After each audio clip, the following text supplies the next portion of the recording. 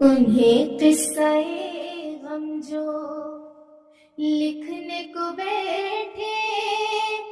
تو دیکھے قلم کی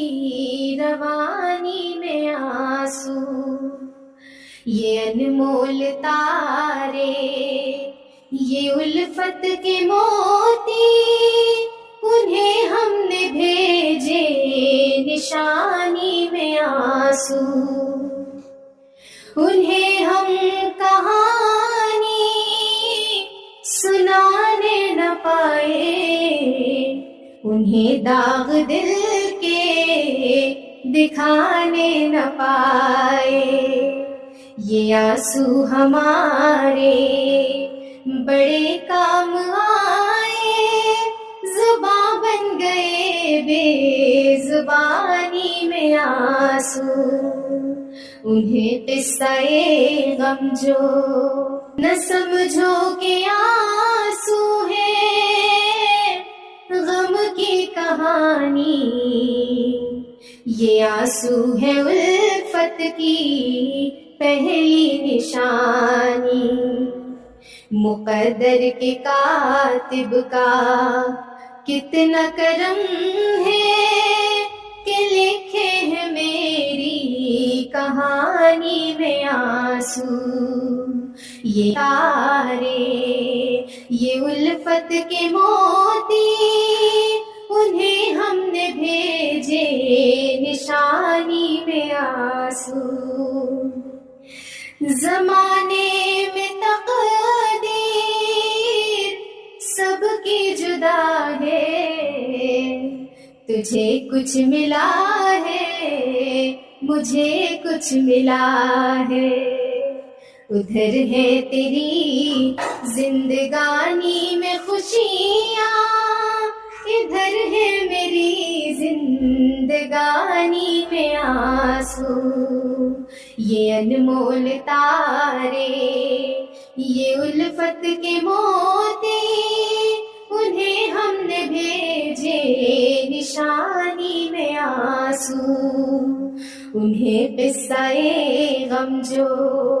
لکھنے کو بیٹھے ہم نے آنکھوں سے دیکھا نہیں ہے، مگر ان کی تصویر سینے میں موجود ہے، جس نے لا کر کلام الہی دیا وہ محمد مدینے میں موجود ہے، پھول کھلتے ہیں پر کے صلی اللہ، جھوم کر کہہ رہی ہے یہ وعدے صبا، ایسی خوشبو چمن کے گلوں میں کہاں، ایسی خوشبو چمن کے گلوں میں کہاں، جو نبی کے پسینے میں موجود ہے، سینے کی جالب لا کیسے کھینچوں میرا دل اور دنیا مدینے میں ہے، نعت سرکار کی پڑھتی ہوں میں، بس اسی بات اس گھر میں میری رحمت ہوگی، بس ملاحظہ فرمائیں، ابھی ننھا سا پودا ہے، ابھی ننھا سا پودا ہے، بڑا ہوگا تو پھل دے گا، ابھی ننھا سا پودا ہے، بڑا ہوگا تو پھل دے گا، ابھی ننھا سا پودا ہے، بڑا تو پھل دے گا، ہمارے کرانتی کا بچہ ہوا کا رخ بدل دے گا، ہمارے کرانتی کا بچہ ہوا کا رخ بدل دے گا، ہم نے آنکھوں سے دیکھا نہیں ہے، مگر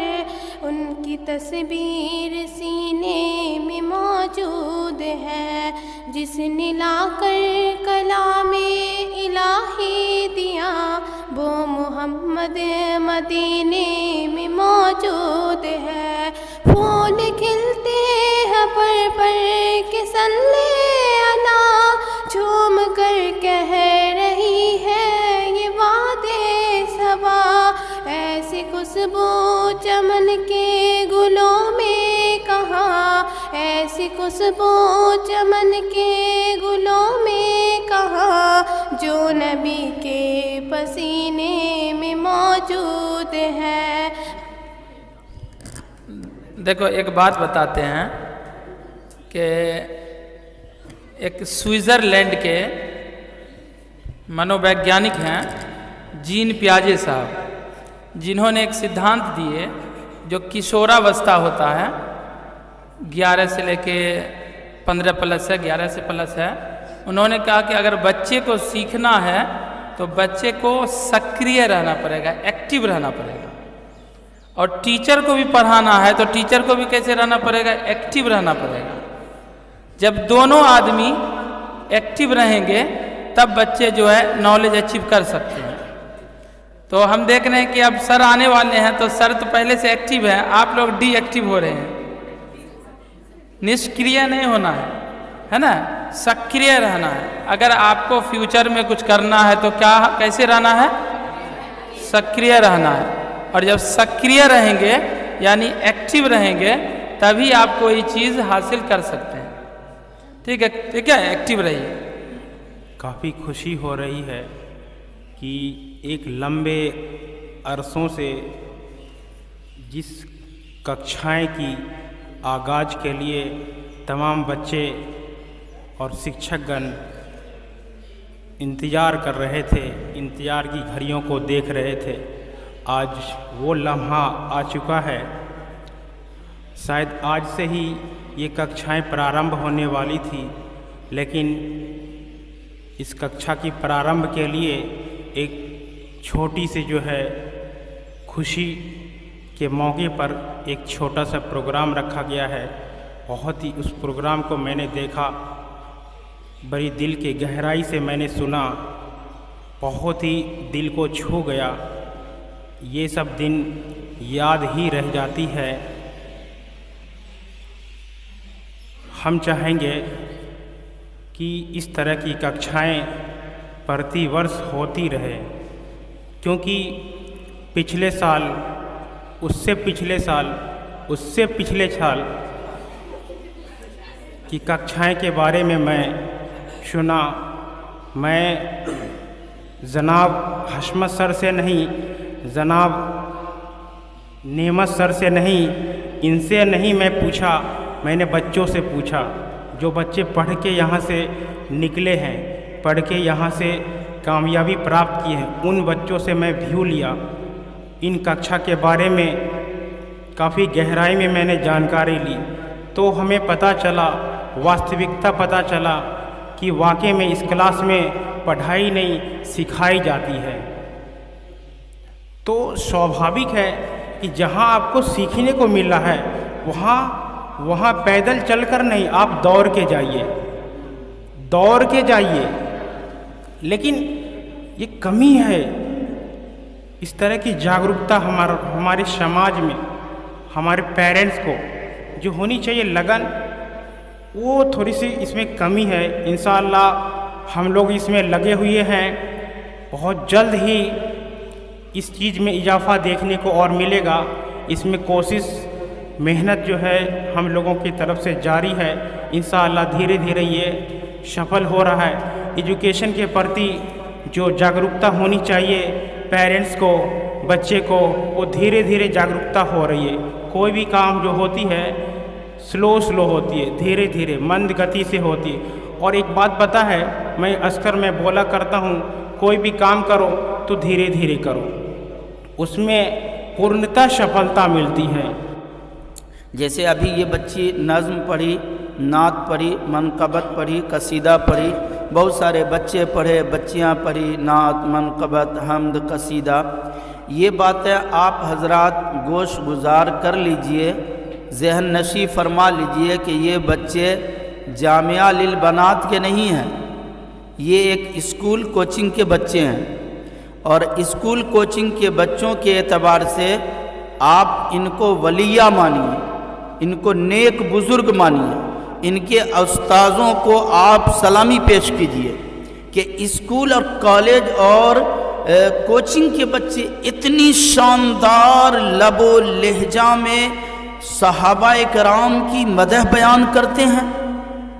آپ بیان کیجئے، تنقید بند کر دیجئے، تنقید سے آپ بھی خراب ہو جائیں گے اور جو اچھے بچوں کا حوصلہ ہمت ہے وہ بھی پست ہو جائے گا۔ یہ اگر جامعہ للبنات کے بچے ہوتے، کسی مدارس کے بچے ہوتے، پھر آپ اشکال کرتے، لیکن یہاں پہ آپ کا اشکال ردی کے ٹوکری میں جوتے کی نوک سے مار کے اڑا کے پھینک دینے کے قابل ہے۔ اس لیے بس سنجیدگی کے ساتھ ہمارے اس بچوں کے ہمارے اس پروگرام کو سنیے، سماعت کیجئے اور ذہن میں اس بات کو بٹھا لیجئے کہ یہ بچے کسی مدرسے کے جامعہ للبنات کے بچے نہیں، اسکول اور کوچنگ کے بچے ہیں جو اسکول کی درسیات پڑھتے ہیں اور اتنا باحجاب ہو کر کے مہذب انداز میں، شاندار لب و لہجہ میں، اس پرفتن دور میں صحابہ کرام پہ رات دن جس کے اوپر کیچڑ بیمان لوگ اٹھا رہے ہیں، اچھال رہے ہیں، بیمان لوگ صحابہ پہ تنقید اور گالیاں دے رہے ہیں، اس دور میں مدح صحابہ ایک مسلمان کی بیٹی بیان کر رہی ہے، تو آپ ان کو سیلوٹ پیش کیجئے، سلام پیش کیجئے، دعائیں دیجئے کہ ایسے خطرناک دور میں ہمارے قوم کی بیٹیاں صحابہ کے اوپر مدح بیان کرتی ہے، مدح صحابہ پیش کرتی ہے، سناتی ہے۔ صدیق اکبر، صدیق اکبر، صدیق اکبر، میں اب صدیق کے توقیر میں لکھوں تو کیا لکھوں، میں اب صدیق کے توقیر میں لکھوں تو کیا لکھوں، یہ کیا کافی نہیں ان کو رفیق مصطفیٰ لکھوں، میں اب صدیق کے توقیر میں لکھوں تو کیا لکھوں، میرے آقا نے جن کو خود دیا اپنا مصلی ہے، میرے آقا نے جن کو خود دیا اپنا مصلی ہے، نبی کے بعد ان کا سب سے اونچا مرتبہ لکھوں، میں اب صدیق کے توقیر میں لکھوں تو کیا لکھوں، میں یہ کیا کافی نہیں ان کو رفیق مصطفیٰ لکھوں۔ مولانا نانوتوی تاجو بن پائے بانی، متقی انسان تاج نہیں ہے اس کا ثانی، مولانا نانوتوی تاجو بن پائے بانی، متقی انسان تاج نہیں ہے اس کا ثانی۔ دنیا کے سب سے اسمارٹ آدمی محمد الرسول اللہ صلی اللہ علیہ وسلم۔